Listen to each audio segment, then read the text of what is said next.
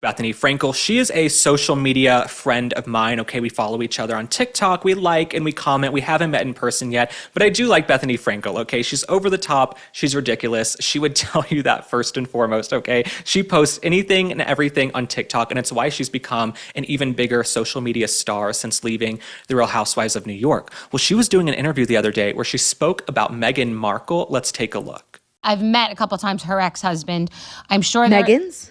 Yes, I met him like personally. We met in the lobby of the Soho House in Chicago and just sort of like flirted and then started talking and then met once in LA. Very briefly, we talked about doing a project.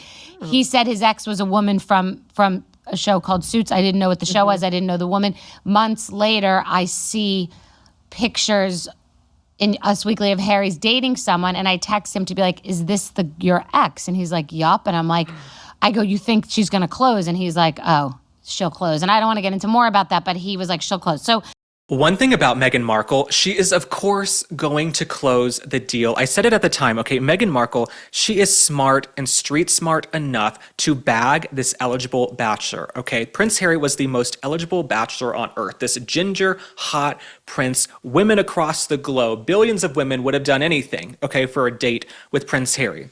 Meghan Markle, she knew how to come in and be a chameleon and say what he wanted and get him wrapped around her finger and make him fall for her and maybe wear the mother's perfume allegedly and do all of those things and wear the mother's clothes to get him to fall in love with her. So I agree with Bethany Frankel. Of course, Meghan Markle was going to close that deal. She was not going to let Prince Harry go. Okay, she was going to go down that aisle and become the Duchess of Sussex no matter what. She got the guy, she got everything.